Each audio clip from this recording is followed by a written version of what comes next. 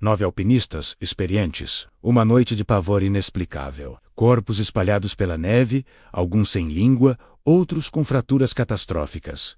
E uma barraca cortada por dentro. 65 anos depois, o Passo Dyatlov ainda nos sussurra. O que realmente aconteceu naquela montanha? Em janeiro de 1959, um grupo de 9 estudantes saudáveis e experientes, liderados pelo jovem Igor Dyatlov, partiram para uma expedição de esqui nos Montes Urais, no coração da União Soviética. O objetivo deles era ambicioso: alcançar a montanha Otorten. Eles representavam o melhor da juventude soviética, cheios de vigor, conhecimento e um profundo amor pela natureza selvagem. Eram atletas, engenheiros, físicos, o futuro da nação. Suas fotos e diários registram uma jornada de camaradagem e otimismo. Vemos sorrisos, vemos a alegria de superar os desafios da natureza. Eles cantavam canções, contavam histórias e avançavam com a confiança de quem já dominou paisagens semelhantes antes. Eles documentaram cada passo, cada acampamento. Sua última foto, tirada por um deles antes de se abrigar na barraca pela última vez, mostra o grupo construindo seu abrigo contra o vento. Focados, sem qualquer sinal do pesadelo que estava prestes a se desenrolar, a apenas algumas horas de distância. Quando o grupo não retornou na data prevista e não enviou o telegrama combinado, a preocupação deu lugar ao alarme. Uma gigantesca operação de busca e resgate foi lançada, envolvendo aviões, helicópteros e equipes de voluntários em esquis, incluindo amigos dos próprios estudantes. Por semanas, eles varreram a vastidão branca e silenciosa dos Urais. A esperança diminuía a cada dia que passava. Então, em 26 de fevereiro, no local que mais tarde seria batizado como Passo Dyatlov, os socorristas encontraram a cena de um crime impossível. A barraca do grupo estava lá, semi-enterrada pela neve, mas estranhamente danificada. Ela não havia sido rasgada por um animal ou pela força do tempo. Havia sido cortada, de forma deliberada, por dentro. Era como se os ocupantes, em um estado de pânico absoluto, tivessem se desesperado para sair, cortando o tecido com uma faca para escapar de uma ameaça que estava dentro ou imediatamente fora da barraca. O mais chocante foi o que encontraram dentro e ao redor: botas, casacos quentes, equipamentos, comida e até mesmo os passaportes e o dinheiro do grupo. Tudo foi deixado para trás, em um ambiente onde a temperatura podia cair para 30 graus negativos. Fugir sem proteção adequada era uma sentença de morte. Por que 9 montanhistas experientes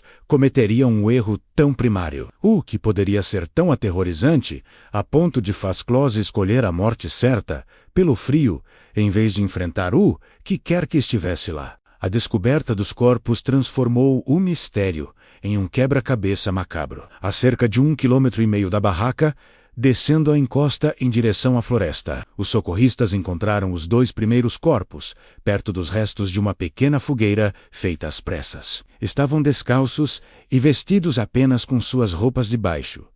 A causa da morte oficial: hipotermia. Eles haviam congelado até a morte. Mais 300 metros em direção à barraca, o corpo de Igor Dyatlov foi encontrado, agarrado a um galho de bétula, como se estivesse tentando voltar ao acampamento. Perto dele, mais 2 corpos foram achados, também vítimas do frio implacável. Até aquele ponto, parecia uma trágica história de pessoas que se perderam e sucumbiram aos elementos. Mas o verdadeiro horror ainda estava para ser descoberto. 2 meses depois, com o derretimento da neve, os 4 membros restantes da expedição foram encontrados em uma ravina, a 75 metros da fogueira. E foi aqui que o caso mergulhou no inexplicável. Diferente dos outros, estes não morreram de frio.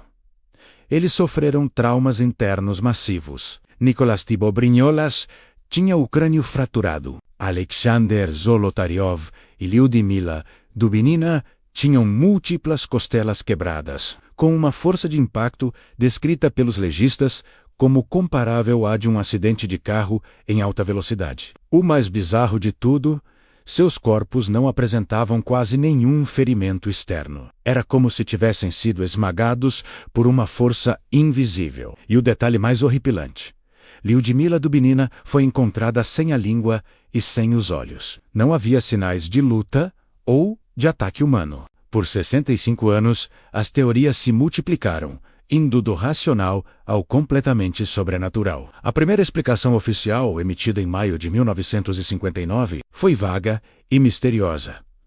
Os montanhistas morreram devido a uma força natural espontânea e avassaladora. O caso foi encerrado e os arquivos foram selados por décadas.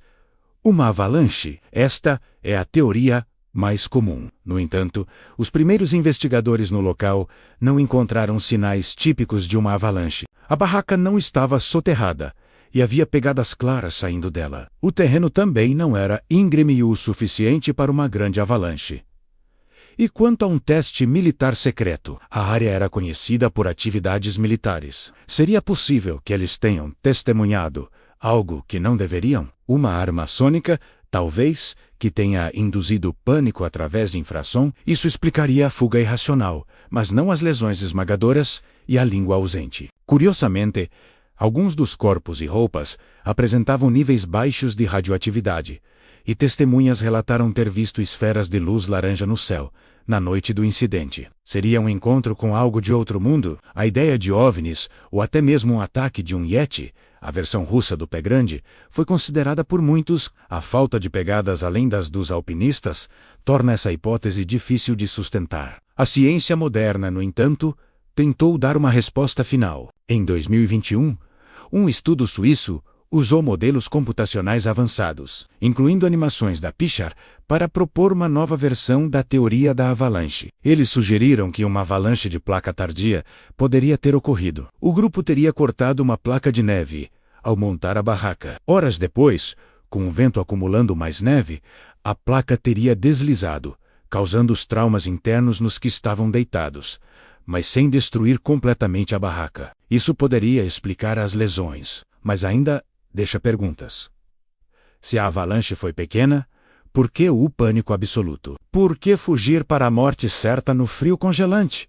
E a língua de Lyudmila? A explicação científica sugere que a decomposição natural em um ambiente aquoso, combinada com a ação de pequenos animais, poderia ser a causa. Mas para muitos, essas explicações parecem muito convenientes, muito simples, para um quebra-cabeça tão complexo e assustador. A ciência não explica o terror nos olhos deles.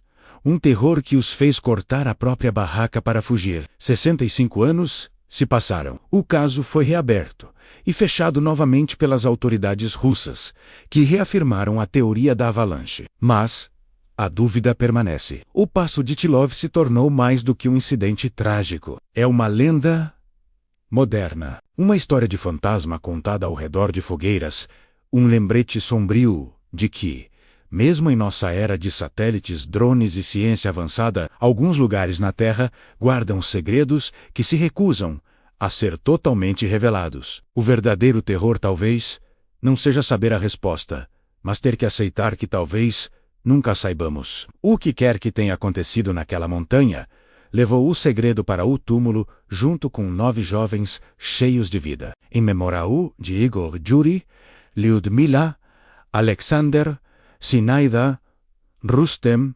Nicolas, Semyon e Georgi. 1959. Para sempre.